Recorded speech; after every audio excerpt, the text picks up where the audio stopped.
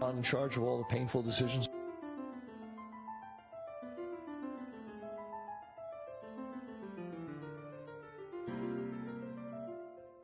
I'd like to call to order the June 25th, 2018 meeting of the City Council, successor agency to the Redevelopment Agency Housing Authority for the City of San Carlos.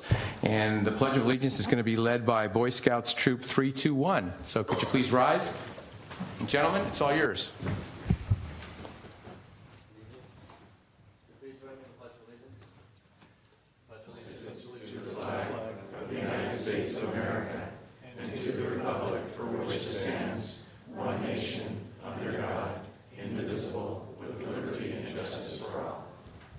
Thank you. All right, any changes to the order of the agenda tonight, gentlemen?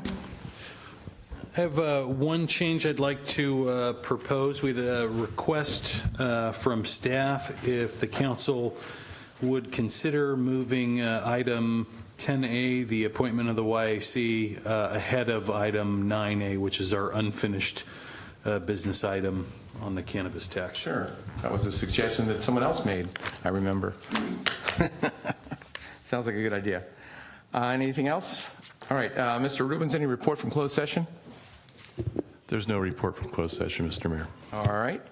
We have some presentations tonight, 4 of them. So we'll get started on that.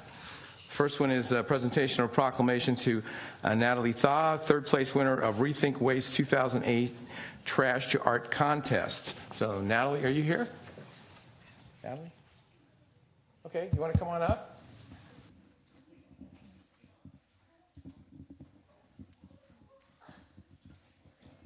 How are you tonight? Good. First of all, I want to congratulate you personally for winning the third place in the contest. Thank you. And I want to read a couple of things here. Whereas this contest is held on Earth Day, usually April 22nd, and also it's involved 195 other countries besides the United States celebrate this. Rethink Waste had its 6th annual Trash to Art contest, inviting all 3rd through 5th grade classes and individual students in the service area to give trash a new meaning by creating artwork of any medium from material collected at home, school, and everyday life. 9 classes and 23 individuals submitted their one-of-a-kind pieces.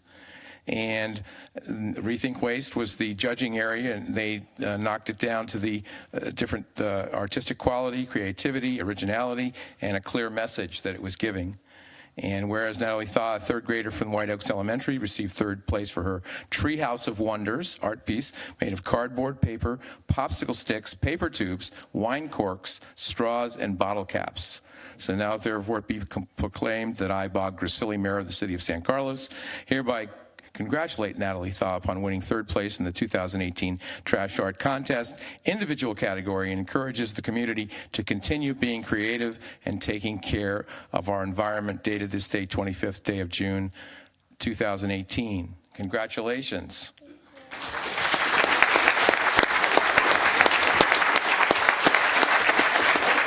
I know you wanted to say something, so go ahead. Hi, my name is Natalie Thaw. I just finished 3rd grade at White Oaks Elementary, and I'm going into 4th grade at Arroyo next year. I made a tree house for the Trash Art Contest, and I titled it the Treehouse of Wonders. The Treehouse of Wonders means to me a place for kids to think up of ideas and to reflect. And I entered the Trash to Art contest because I like art and I love to create things. And lastly, I want to inspire other kids into reusing trash instead of letting the trash fill up the landfills. Thank you, Natalie, very much. Very eloquent, very eloquent. Thank you. Are your parents here? Your parents? Are your parents here? Hi, Mom. How are you? Good. Congratulations. All right. Thank you, Natalie, very much. Thank you.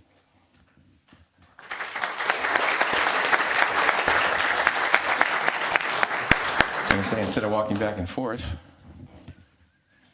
Next is a proclamation designated July 2018 as Parks and Recreation Month. So, Amy, is that you? Our Park and Recreation Director, Amy Newby, will be accepting this. I'll read a few of the whereases.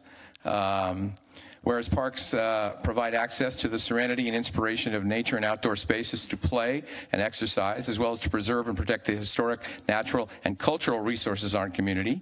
And whereas recreation fosters human development, providing positive alternatives for children and youth during non-school hours to reduce crime and mischief, boy, that's a word I haven't heard in a while, thereby helping children and youth develop and grow into healthy and productive adults. Open spaces, Parks and Recs strengthens community image, sense of place, encourages healthy movement. We have thousands of children, adults, and seniors involved in San Carlos and all different items that we have. Situations like the Youth Center, the Senior Lunch Program, events such as the Goblin Walk, the Night of Holiday Lights, and the Family Campout. Is the campout in August? Is August going to be? And it's just, we're very fortunate to have a terrific Park and Recreation Department, and also to offer many, many programs to everybody, from the little ones all the way to the seniors. So be it proclaimed that July 2018 will be Park and Recreations Month, dated this 25th day of June 2018. Congratulations. Did you want to say anything? Thank you, Mayor Grisilli. Amy Newby, Parks and Recreation Director. I want to thank you for declaring July's Parks Make Life Better Month and Parks and Recreation Month. I encourage all of our residents to get out, visit one of our parks this summer, attend one of our summer concerts, movie nights in the park. As Mr. Grisilli, Mayor Grisilli mentioned, we have our second annual family camp out on August 17th and 18th in Burton Park, a chance for your family to camp out in our park. And camps kicked off last week, so for all the children in town, we have tons of camp offerings. So come join us this summer. And then lastly, we did kick off a community photo challenge. So this summer, we're encouraging the community to take pictures, capture summer in San Carlos, hashtag Summer of Good Living. And at the end of the summer, we are going to name a winner of our photo contest. So I challenge you all. Thank you. Thanks, Amy. Thank you. So the city clerk has informed me that I skipped 5B because I was looking for a green thing, and there was no green thing. But we're going to have Chief Dury, I believe, present this, a presentation of a crime prevention award to Dr. Harry Wong. So, Chief, are you going to come up and do this for me? And Sheriff Carlos Bolanos is also here. Thank you. I'll let you take over the microphone. You can use that one. You can have that one. This one work? Harry, why don't you stand up here next to the sheriff?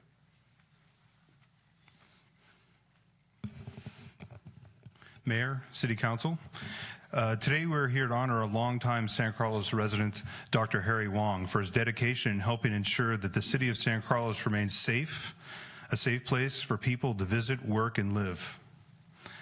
Over the last several years, Dr. Wong has dedicated hundreds of volunteer hours while assisting our community service officer, Deputy Wally Rosales, with the development, promotion, and growth of the City of San Carlos' Neighborhood Watch program. With the support of Dr. Wong, Deputy Rosales was able to form additional Neighborhood Watch groups within the City of San Carlos, and make the number of active groups went from 7 to 45. We encourage the creation and participation of the Neighborhood Watch program, which serve as an extra set of eyes and ears that can report suspicious activities to law enforcement immediately. Working together with the community members is key in reducing crime, and building a partnership with a strong foundation in communication and trust is instrumental when developing a successful Neighborhood Watch program. Dr. Wong has truly embodied this, and there have been many occasions where he's even hosted the Neighborhood Watch programs at his chiropractic office after hours. Without Dr. Wong's commitment to Neighborhood Watch, we could not have accomplished all that we have done. Today, we're here to honor and thank Dr. Wong for helping the City of San Carlos remain one of the safest cities in our county. Ladies and gentlemen, Dr. Harry Wong.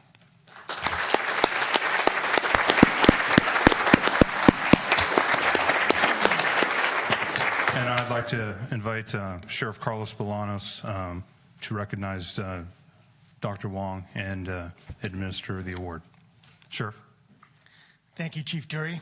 Dr. Wong, it is my distinct pleasure and honor to present you with the Sheriff's Crime Prevention Award for your work towards keeping San Carlos the outstanding and safe community that it is. It is people such as yourself that are true partners to law enforcement and ensure that San Carlos maintains its outstanding quality of life. So on behalf of myself, thank you very much. Thank you.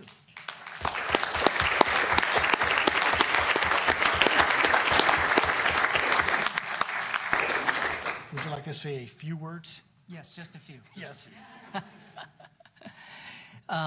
I really want to thank, it's been such a community effort between the City of San Carlos, our Sheriff's Department, and our neighbors to work together to make not only a safer San Carlos, but in the areas where we created neighborhood watch groups, something magical happened that got me so excited. And that is that neighbors started talking to neighbors. And neighbors started knowing each other. In my neighborhood, it's like, well, if I'm washing my car, which you can now, neighbors walk by and I know who everybody is. They'll say, hey, hi, Doc Wong, or hi, Harry. And I say, hi, Mary. And, you know, it's just a wave of friendliness came over the neighborhood, which I had not experienced before. We have great neighbors, but we kind of, we kind of mind our own business, right? And we don't say much to each other typically, but now it's completely different. And I better shut up because I think I spoke longer than... But I want to thank you, the Sheriff's Department. You've been there all the time, backing us up, and it's really appreciated by myself and all the neighbors. So thank you so much.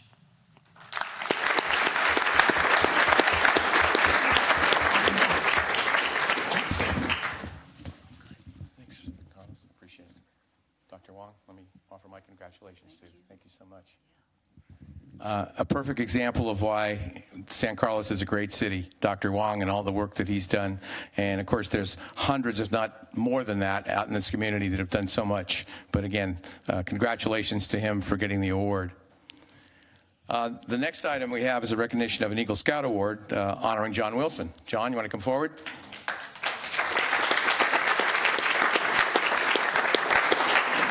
So we've got a proclamation here for you. Boy Scouts obviously play a vital force in the lives of hundreds of boys and young men in the city of San Carlos who are guided by adult volunteers who have also given generously of their time and talents.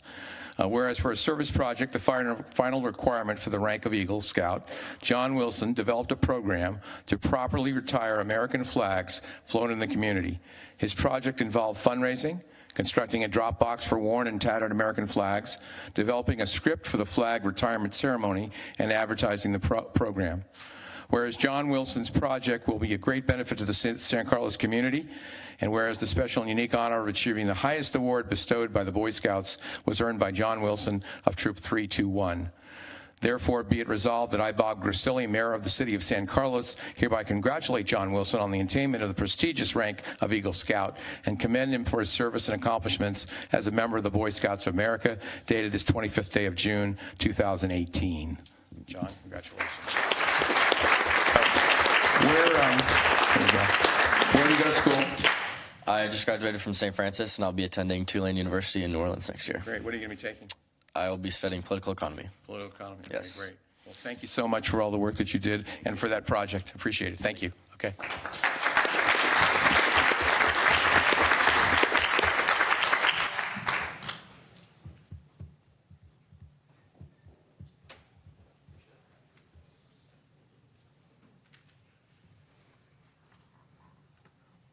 Okay.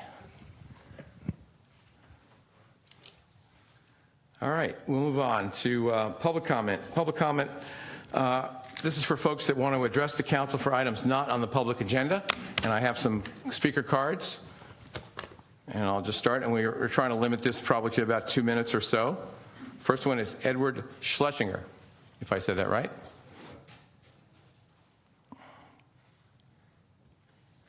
Welcome. Mr. Mayor, the council, my name is Edward Schlesinger, and I've lived in San Carlos since 2013, and I love living in San Carlos. It's a wonderful city.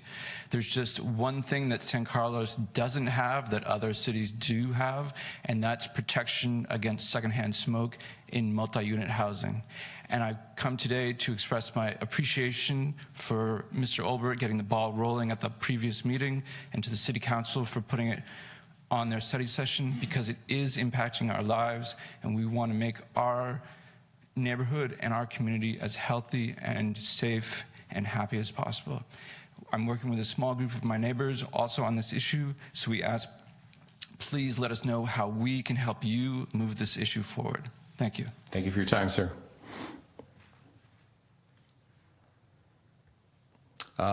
Marina Gentleman?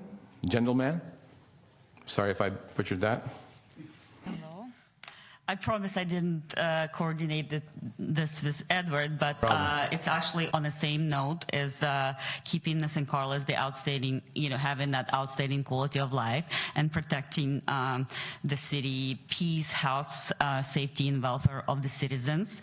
I have been a longtime resident of San Carlos. I work and live here. I absolutely love the city, and but over the years, I have noticed a huge change, or actually not change, which needs to be changed, is basically, well, I'll just give you the visual, and the sound example is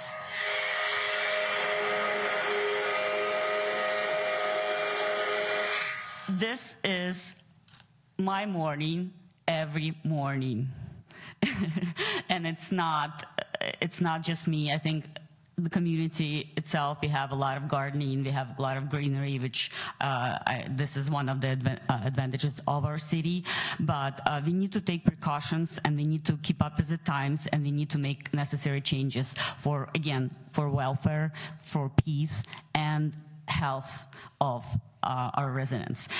So I'm proposing to make a noise policy similar as Palo Alto has, and I have a copy. So basically also create a leaf blower ordinance, and ban all gas tools that gardeners can use. That also, lawnmowers, but specifically also leaf blowers. Because of, we already live in a high air, traffic zone, and just, also car traffic. But this is something that they can change, and I think it's not going to take a lot of resources on the, trade people's side as well. It's just a one-time change, and it's going to be, Palo Alto did this in 2005, and I think we should follow alone. Okay, thank you for your comments. Mm-hmm. Natasha Melly.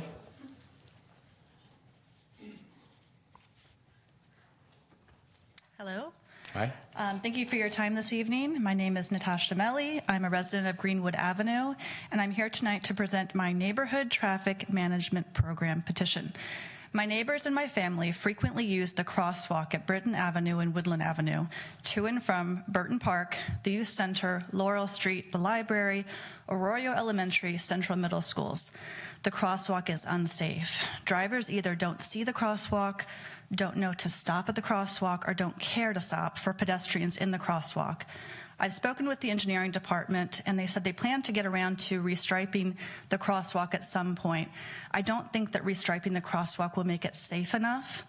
I'm here to respectfully ask that the council urge the engineering department to install a pedestrian-triggered flashing signal similar to the one at Britton Tamarack and Greenwood. I can count at least 40 kids under the age of 12 in my immediate few blocks that we use this crosswalk. My kids will soon be old enough to walk to Burton Park and school alone, and I want to make sure that the crosswalk is as safe as it can be for them. I've gathered these signatures from neighbors who would also like to see the city take action in installing a flashing crosswalk signal. Thank you for your consideration to this important neighborhood issue. Thank you.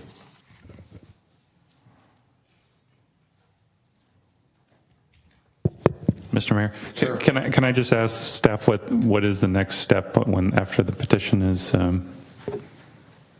submitted? After the petition's submitted, it goes into line. There usually are a number of applications that the Public Works Department is working on, and when that one comes up, they begin to look into the specific issues, and then if in many instances some of these things don't require future council action, and in instances they might, in which case it would then be agendized and brought back to the council for future action. Could we have just a report or whatever on how far in the queue it would be? I'll get that information and be sure to pass it on to you. Thank you. Appreciate it. The next speaker I have is Ken Castle. Welcome, Ken. Good evening, Mr. Mayor and council members. Looks like safety and traffic is a topic tonight, and so I also have a similar topic. Last week, I came to attend the meeting of the Transportation and Circulation Commission. I expected it to be here. I went to the front door, and guess what? It was locked. No sign on the door. I then did a quick search online and discovered that, oopsie, the meeting is being held in the library. So I went to the library where I found the meeting room upstairs largely empty, the arrangement not really conducive to public engagement, and less than a quorum of the commission meeting, which I've been seeing all year, and concern about the commission's position and its importance to the city.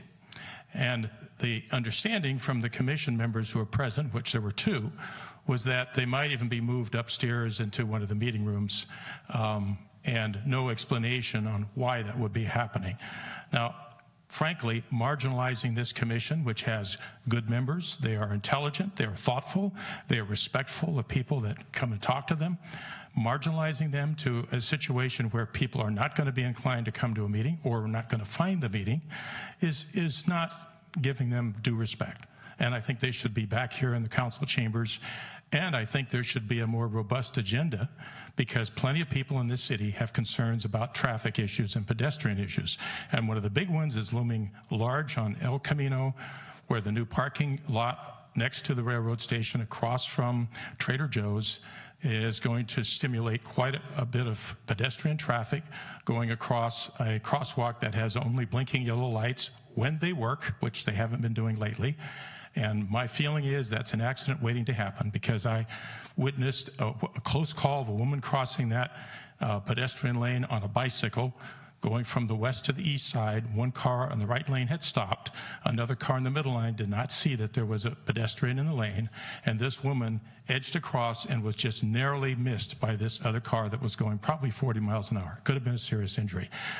If it had been a bus or a truck or some other thing that would block the view of other drivers, that there's a pedestrian in that lane, that would be highly dangerous.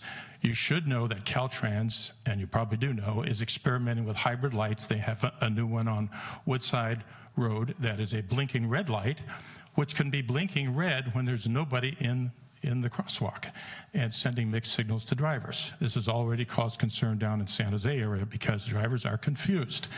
There's also been some issues in the town of Atherton with pedestrian deaths that have occurred on El Camino because of people crossing in unprotected crosswalks. Given the fact that we're going to have a lot of cars parked in that lot, potentially, that people will be crossing during rush hours in darkness and in rain and fog and so forth, it's set up for a very, very serious accident. And the fact that you're going to have more people crossing over from the Trestle apartments once those are occupied really underscores the fact that this city needs to look seriously at pedestrian interaction with El Camino along its borders.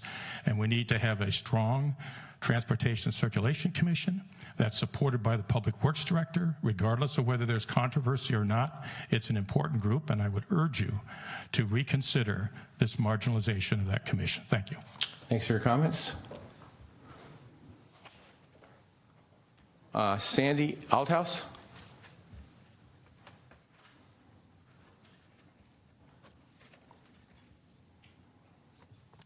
Hi, everyone. I'm Sandy Althouse. I'm a longtime resident of the city. So tomorrow, the cutting commences on the row of eucalyptus trees lining San Carlos Avenue. Many of those trees were planted more than 120 years ago by one of our city's founders, Guy Phelps. Currently, our historic train station is being consumed by massive buildings, and very soon you'll only be able to see it as a direct shot down San Carlos Avenue. And then adding insult to injury, it is rumored that the train platform might be moved south a number of blocks, further diminishing the importance of our most notable historic building. San Carlos has not updated its list of historical resources in over 25 years, and that's a long time. In that time, the city has boomed. We've lost a significant number of charming old buildings and potentially ones that have historic significance, including 2 that were recently raised on San Carlos Avenue. There are 2 beautiful Art Deco buildings in town that have piqued people's interest lately. They're worried that the J&M Hobby House on Laurel Street and the Lighthouse in El Camino might be lost to developers as well. These are gorgeous buildings that have been around a lot longer than anyone in this room. And because it's me, I'm going to mention nothing's been done to ensure the Carlos Club neon sign is restored to its original state. And now the owner of the bar who leases the building, that is on the list of historical resources, is facing a legal battle after not paying his employees. Chances are John Lee is not going to want to pay to restore the neon to that sign, although the City Council required him to do so over 2 years ago. So please, while focusing so intently on our city's future, remember its past and help guard it.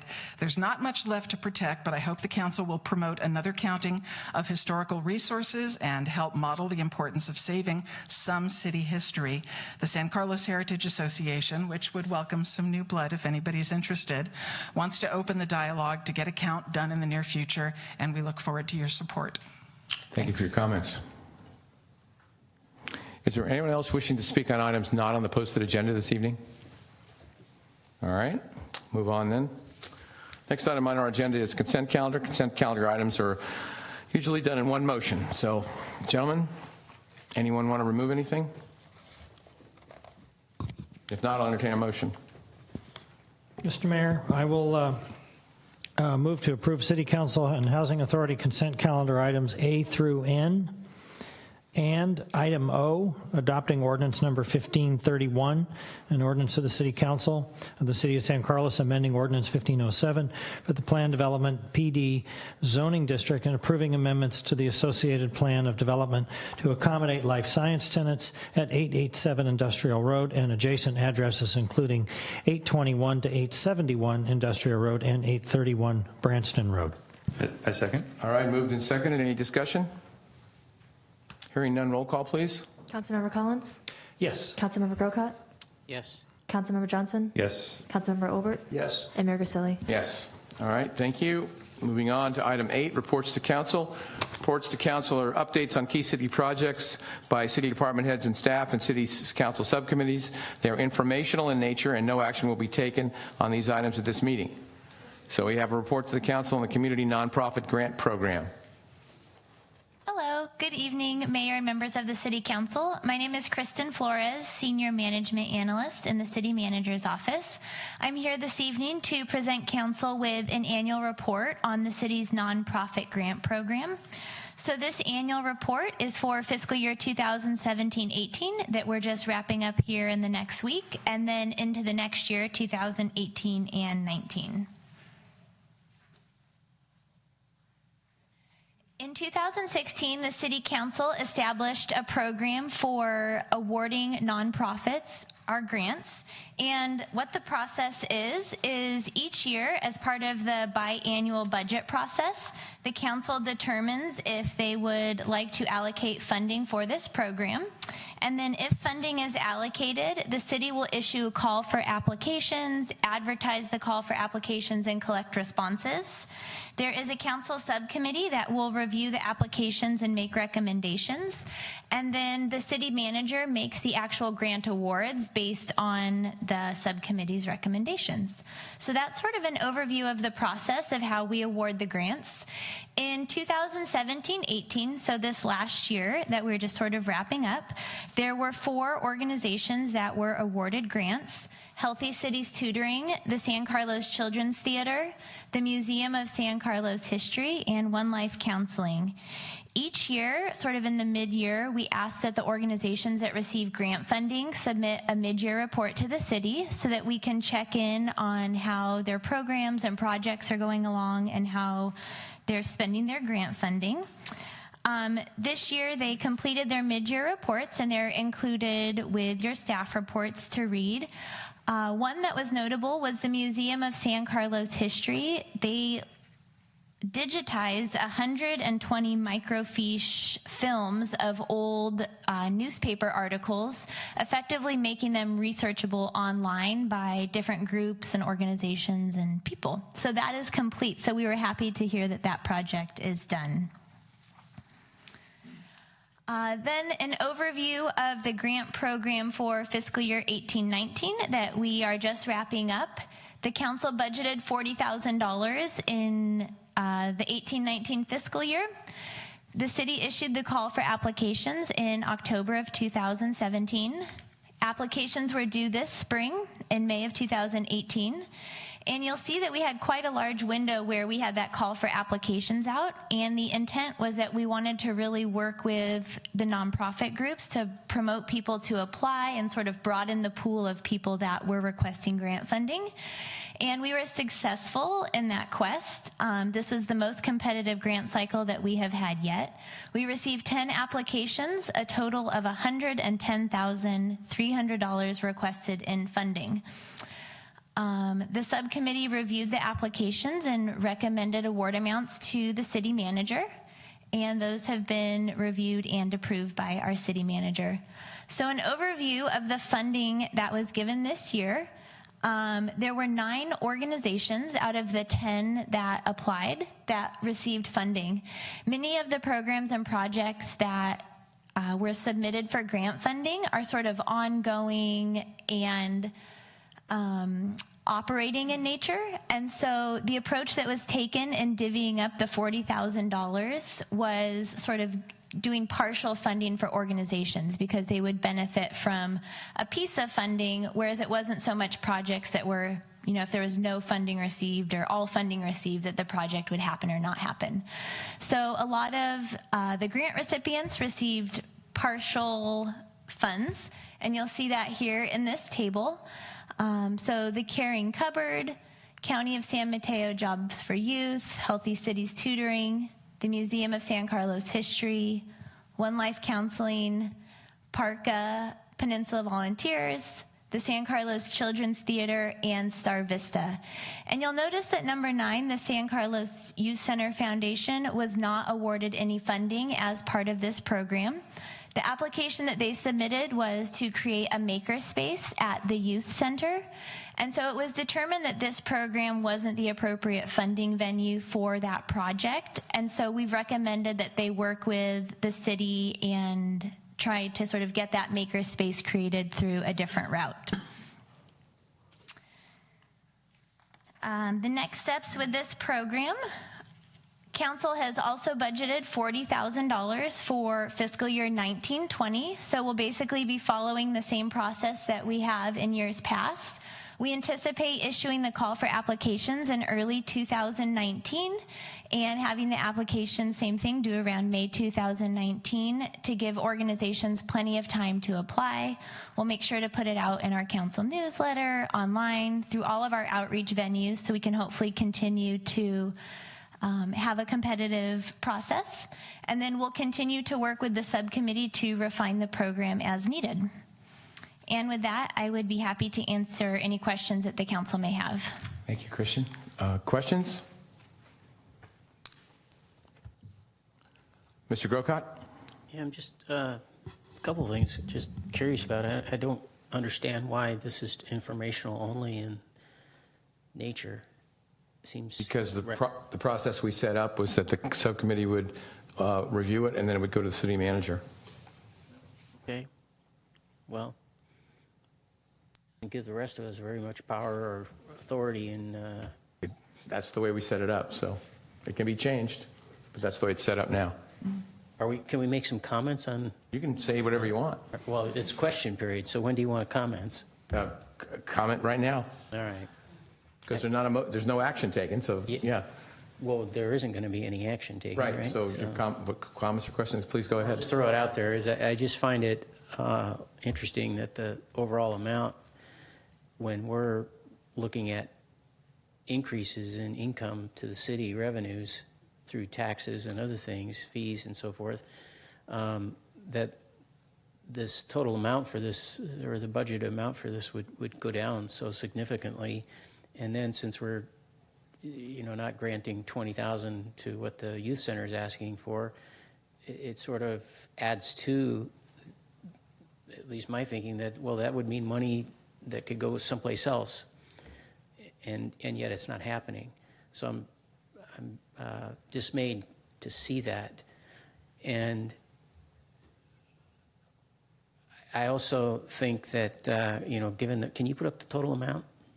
40,000 was given. 110 was asked. Okay, so 40,000, and we just recently gave 50,000 to a countywide gun buyback program with the sheriff's department. So why this couldn't, at least match something like that, I don't know. And then lastly, when I look at up and down the line and I see the disparity between, one program to another, it's quite a bit of difference, from 6,000, say, at the top to 2,000 at the bottom. To me, I'd like to see something that's more equitable across the line, so it doesn't look like we're judging one program over another. They're probably all worthwhile, and so the numbers, to me, should be more equitable. So it's just my... Okay. Having served on this committee with Mr. Olbert, and also having done it actually on a private foundation that I've been on for 25 years, this is not an easy thing to do. And if there's only a certain amount of money, you have to divide it up. And believe me, it's arbitrary. There's no question about it. Yeah. We didn't take it lightly, and we did study it. Mr. Olbert, comments? I would concur with that. Actually, all I was going to say is, and I'm not sure I completely understood you, Matt, but my recollection is that this budget line item had been at the $20,000 level for many, many, many years. And it was a few years ago that it got increased to $40,000. And I remember that only because it came about during a budget study session that I happened to miss. And so I ended up being the tiebreaker vote on moving it up to $40,000. It's certainly something that could be changed. In all honesty, I don't recall any comments being made about increasing it during this last budget cycle, which is typically when we would do that. I can't speak, obviously, for anybody else. For me, I know what was in the back of my mind about not suggesting a change to it was we do have this thing coming down the road. The council had given staff direction to take $2 million, is it? $2 million of right. The, I think Cameron had suggested that originally, the $2 million of the PG&E settlement and dedicated to a community foundation, which would be another channel for making philanthropic investments in the community. And so just speaking for me, I was kind of like, well, yes, there's reasons why we could increase to 40,000, but we're sort of going to be doing that soon anyway. But those are just the comments I wanted to make. Okay. If I may, a question? Sure. With the youth center, there is a project going on. Could that somehow be adjusted or enveloped into that project? Yeah. Go ahead. Let me jump in on this. That's exactly the issue and sort of where we were coming from. It didn't feel right to us to give the Youth Center Foundation a grant when we would then be the recipients of that grant, when we already had more applications than we had money to award. So we figured there were lots of other opportunities to work with the foundation and the youth center, since it's ours, to make that happen. Makes sense. So, thanks. Mr. Collins, comment? Thank you, Mr. Mayor. Yeah, I just wanted to add some historical perspective. I think I might have been the person that recommended that we increase it from 20 to 40,000. And just as a one point of reference, we only had, I believe, 2 organizations before that were asking us for money. There was Healthy Cities Tutoring and Caring Cupboard. Mm-hmm. And last year there were 4, and now there are 10. So, and I'm happy to ask that amount be increased again. But given some of the other things that are happening, it may or may not be appropriate, but I can guarantee you that if we up that to 50 or 75, we'll probably have a lot more applicants. So anyway, that's just some historical perspective. Okay. Kristen, thank you very much for all the work you did on this. And Tara, too, I know worked on this also. Thank you. All right, moving on. And thank you, Mr. Mayor, for all the work you did on it. Thank you, Mr. Olber, for all the work you did on it. Is there anyone else that did any work on it? So as the city manager suggested, we're moving 10A to this area. 10A is consideration of appointing 7 Youth Advisory Council YAC voting members for the 2018-2020 term and recognizing 3 retiring Youth Advisory Council voting members. Ms. Newby. Good evening, Mayor Grisilli, council members, and members of the community joining us here still tonight. Amy Newby, Parks and Recreation Director. I'd like to introduce Tyler Moella, our Recreation Supervisor, and Caitlin Matoso, our Recreation Coordinator, who will come up, introduce all of our outgoing and incoming Youth Advisory Council members tonight. Great, thank you. Welcome. Thank you, Amy. Boy, you guys got fans. We never get clapped. Nobody ever claps for us. Good evening. How are you guys doing? First off, I just actually wanted to thank Council Member Ron Collins, who helped Caitlin and some of our current YAC members do the interviews for these new incoming Youth Advisory Council members. So thank you to you for taking your time to help us. It was great.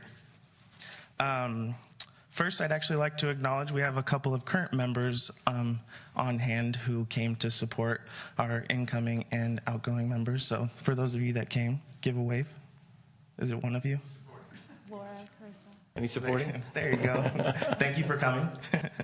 I'd also like to acknowledge 2 of our new members at large. Mackenzie Rawls, if you could stand up. Mackenzie's a junior at Carl-Mott High School, and she's a new member at large. We also have Maya Nayberg. Stand up. Hi, Maya. She's an 8th grader at Tierra Linda, and she's also a new member at large. Okay, at this point, I'm going to call the new incoming members. If you could just come and stand right here when I call your name. Luke Tremblay, he is a junior at Sarah High School. Come on up. Maya Lip, who is a sophomore at Carl-Mott High School. Isabella Sugden, she's a freshman at Sequoia High School. Allie Ayers, who is a junior at Carl-Mott High School, who's an alternate. And then Maya Devalcharuvu, who's a sophomore at Sequoia High School. That was a tough one. Okay, at this point, the action would be for council to, Shouldn't approve them? Thank you. Mr. Mayor, if I may, I move to appoint Luke Tremblay, Veronica Roseborough, Maya Lip, Isabella Sugden, Luke Eden, Ollie Ayers, and Maya. I should have paid more attention. I apologize. I didn't do a good job. Well, I'm going to do a bad job too. Deval Cheruvu? Oh, wow. Okay. To the Youth Advisory Council as voting members for the 2018 to 2020 term. Second. All right, moved and seconded to appoint these young people to that committee or that group, Youth Advisory Council. Any further discussion on this? If not, I just wanted to say that I think it's great that you folks have volunteered and gone through the process to get to this point, and thank you very much for helping to make San Carlos a better place. Absolutely.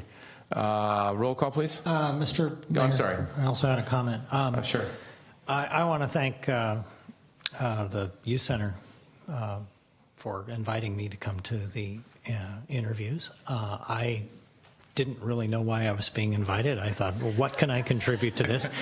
I don't think I did contribute anything. They contributed to me. I have a very much newfound appreciation for the youth of this country. There is hope and optimism out there, and it resides in these 5 individuals standing here and all the young members of our community sitting over there. I was extremely impressed.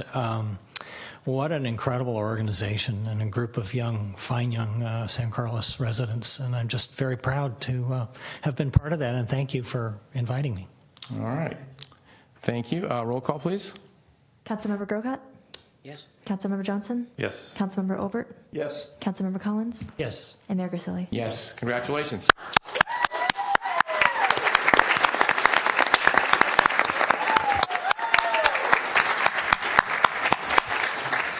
And just real quickly, I just wanted to acknowledge 3 of our outgoing YAC members.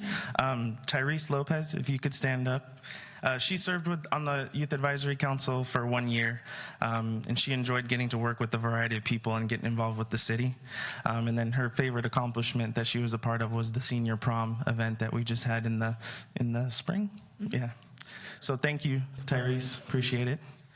Kyler Jerome, if you could stand, please. Kyler served on the Youth Advisory Council for 7 years.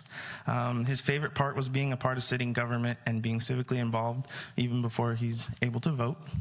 And his biggest accomplishment was partnering with the city to do a blood drive annually and also ensuring it continues past his tenure. So Kyler, thank you very much. Great job. And then Tiffany Chung, if you could stand. Tiffany, who was our, president? Chairperson for how many years did you? For 3 years. So she led the charge of this awesome group. She was on the council for 6 years, and her favorite part was working with the youth in San Carlos and creating fun events alongside people from different schools.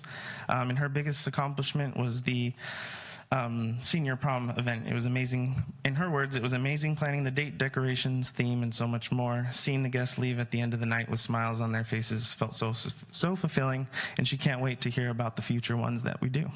So thank you, Tiffany. Awesome job.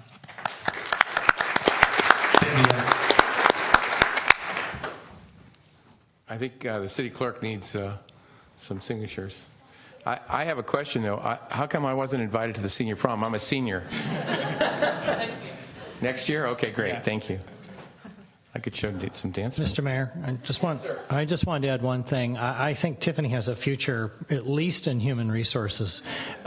She was really a tough interviewer, and she really did well. If I can have you raise your right hand, please. Do you solemnly swear to support and defend the Constitution of the United States and the Constitution of the State of California against all enemies, foreign and domestic, that you will bear true faith and allegiance to the Constitution of the United States and the Constitution of the State of California, that you take this obligation freely without any mental reservation or purpose of evasion, and that you will well and faithfully discharge the duties for which you're about to enter? I do. Okay, thank you. All right.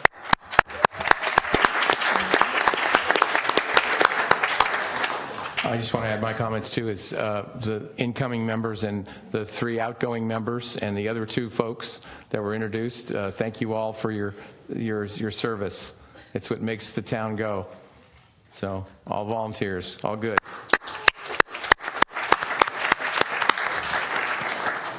And thanks to the leaders too.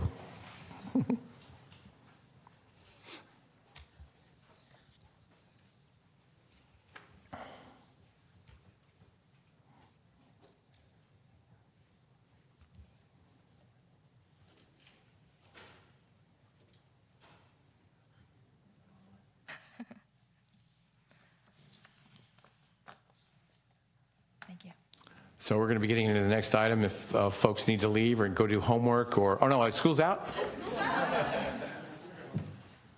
I'll give you a chance to get outside. Thanks again for coming, everybody.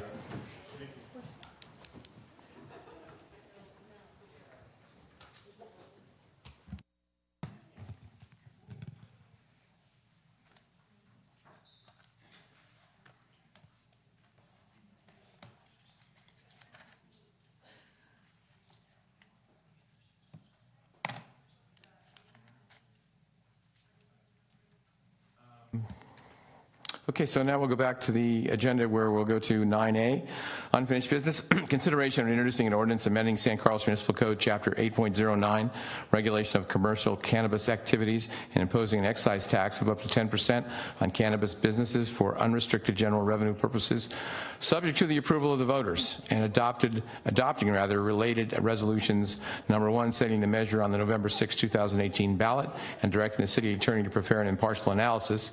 Number 2, setting priorities for the filing of written arguments. Number 3, providing for the filing of rebuttal arguments.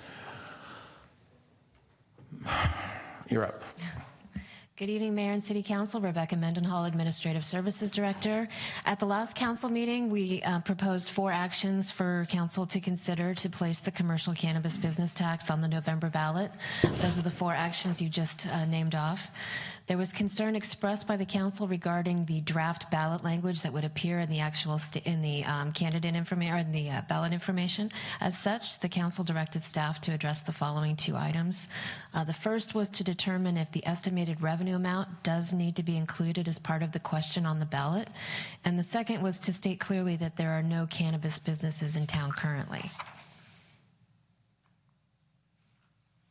So to address these concerns, staff confirmed with our special counsel that we do need to include a revenue estimate in the ballot question. So we've left that in, but we've also wordsmithed the language a little bit on the ballot measure to talk about the fact that there are no cannabis businesses in town. So up on the screen now is the revised ballot language for your review. And I'm happy to answer any questions.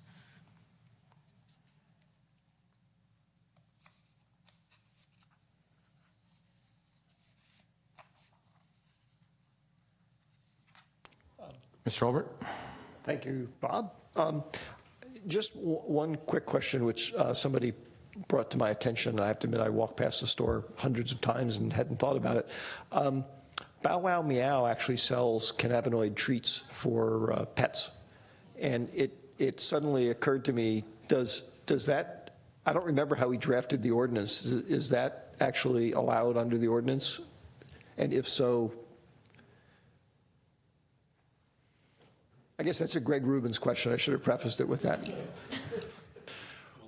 Well, we have to look into it to see if that qualifies for the language, but off the top of my head, it seems like it should, because it sounds like but it may be that we drafted for human consumption, because it is based on the recreational marijuana.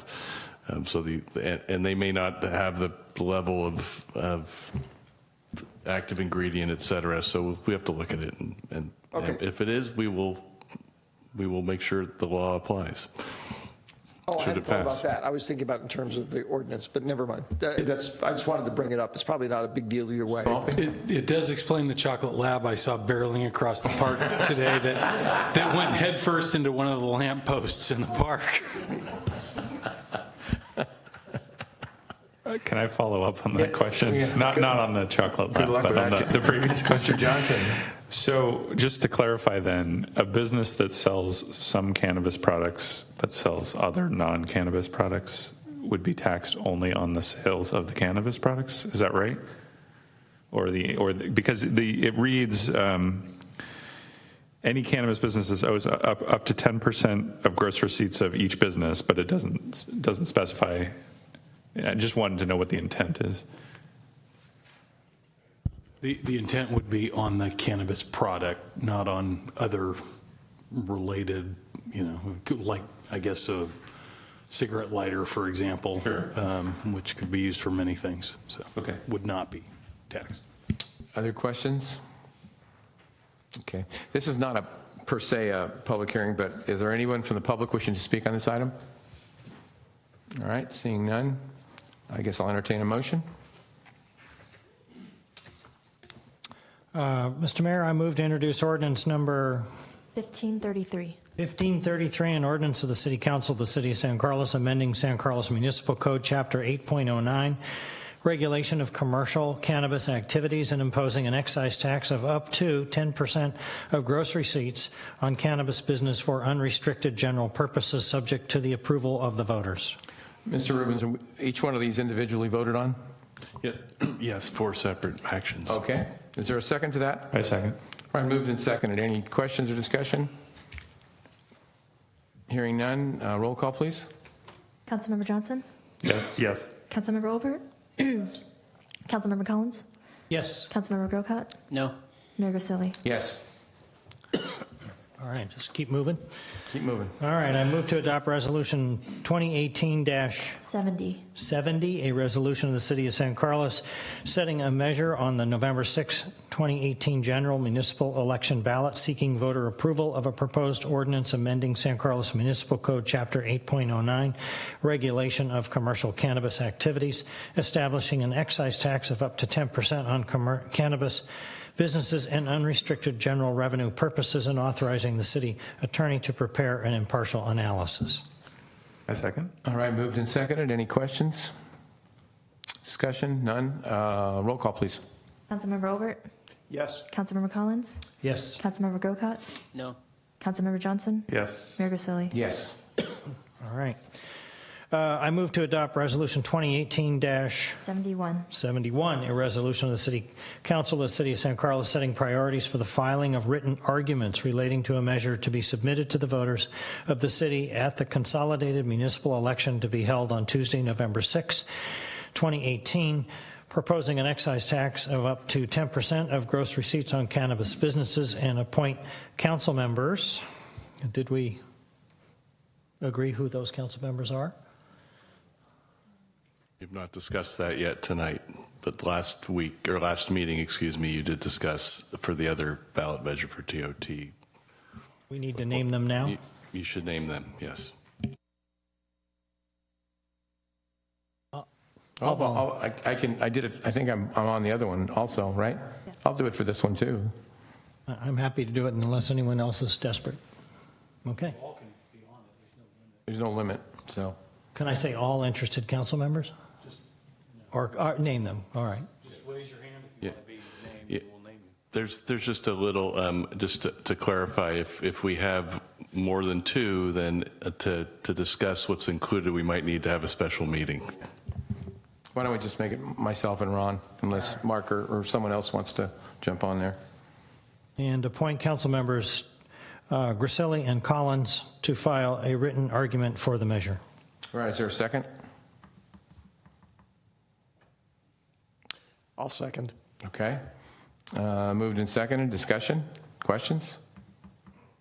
Hearing none. Roll call. Councilmember Grocott? No. Councilmember Olbert? Yes. Councilmember Johnson? Yes. Councilmember Collins? Yes. And Mayor Grisilli? Yes. And finally, I move to adopt Resolution 2018-72, a resolution of the City Council of the City of San Carlos providing for the filing of rebuttal arguments relating to a measure to be submitted to the voters of the city at the consolidated municipal election to be held on Tuesday, November 6, 2018, proposing an excise tax of up to 10% of gross receipts on cannabis businesses. I second. Moved and seconded. Any questions? Comments? Roll call, please. Councilmember Johnson? Yes. Councilmember Collins? Yes. Councilmember Grocott? No. Councilmember Olbert? Yes. And Mayor Grisilli? Yes. The one thing I would like to ask council, though, is, or Ms. Rubens, our council, is what are the dates that the arguments have to be in by? Yeah, they are due to the county on the 17th for the primary. Again, speak a little slower, please. I'm sorry. The 17th, August 17th for the primary arguments. They're due that day at by 5 o'clock? Correct. Okay, and both? And both pro and con? Correct. Okay, so the proposal and also the rebuttal. Just want to make sure the public knows. The rebuttals are due August 27th. That's okay. That's what I was asking. All right, so the proponents, August 17th, the rebuttals have an extra 10 days. And where are they submitted to, you or to the county? It would be to me. To you, the city clerk. Okay. I want to make sure people know where that has to go. Okay, great. Thank you very much. Thank you, Ms. Mendenhall. But she's going to keep standing there because the next item is 10B, consideration of adopting a resolution adopting a memorandum of understanding between the City of San Carlos and the local 829 American Federation of State, County, and Municipal Employees, AFSCME, for the period of July 1st, 2018 through June 30th, 2020. Yes, good evening again. So the AFSCME, or the American Federation of State, County, and Municipal Employees, or otherwise known as AFSCME, their existing Memorandum of Understanding, or MOU, will expire at the end of this month. We've met and conferred with the union and have come to some terms that are included in your packet. This group is comprised of 30 positions, including account technicians, senior admin clerks, associate planners, building inspectors, civil engineering technician and assistants, assistant public works superintendent, a facility attendant, a fire prevention officer, recreation coordinators and supervisors, and systems and senior systems analysts. The key components of the new agreement for your consideration are noted here. It's a 2-year term from July 1st, 2018 to June 30th, 2020. There's a fiscal impact of $112,800 in the first year and $121,500 in the second year. As noted during the budget discussion, certain assumptions were included in the development of the budget, so there is no additional funding required at this time. There are salary adjustments of a 3% of increase in base wage rates effective July 9th, 2018, and a 3% increase effective July 8th, 2019. There's union access to new employee orientation pursuant to Government Code Section 3555. This is spelled out where the union can have a representative involved in the new employee orientation process. Within 60 days following council adoption, the union will take a vote to determine if they choose to enroll in the California State Disability Insurance, otherwise known as SDI. Just as a clarification point, there was a small typo in the staff report. It said 30 days, but it's actually they have 60 days to vote. Should the union decide to opt into this program, the cost would be borne entirely by the employee at a little over $1,000 per year. And finally, the union voted to eliminate contributions towards their VEBA, or the Voluntary Employee Benefit Association. The VEBA is a program to allow payments for qualified post-employment expenses to occur on a pre-tax basis. This program had been funded entirely through employee contributions of up to $400 of accumulated vacation accrual every year, which the employees voted to terminate going forward. So with that, I'm happy to answer any questions. Any questions or comments? Is there anyone from the public wishing to speak on this item? All right, roll call, please. I'm sorry. Mr. Mayor, I move to adopt Resolution 2018-73. Thank you. Adopting a memorandum of understanding between the City of San Carlos and the Local 829 American Federation of State, County, and Municipal Employees, AFS-CME, for the period of July 1st, 2018 through June 30th, 2020. A second. Moved and seconded, which would probably be a good idea before we have a vote. Okay, any other comments or discussion on this item? Hearing none, roll call, please. Councilmember Olbert? Yes. Councilmember Johnson? Yes. Councilmember Collins? Yes. Councilmember Grocott? No. And Mayor Vasily? Yes. All right, thank you. Thanks, Ms. Mendenhall. Moving on, number 11, council members' reports on subcommittees, regional boards, commissions, and committees. Any comments tonight, gentlemen? All right. Seeing none. Mr. Malpe, any comments from staff? Just like to wish everybody a happy 4th of July coming up and remind you that fireworks are illegal in the city of San Carlos. So if you're looking for a show, Redwood City does a nice one. There are a number in the area. Otherwise, please leave your fireworks at home and have a great, happy, safe 4th of July. All right. Anything else, gentlemen? If not, meeting adjourned.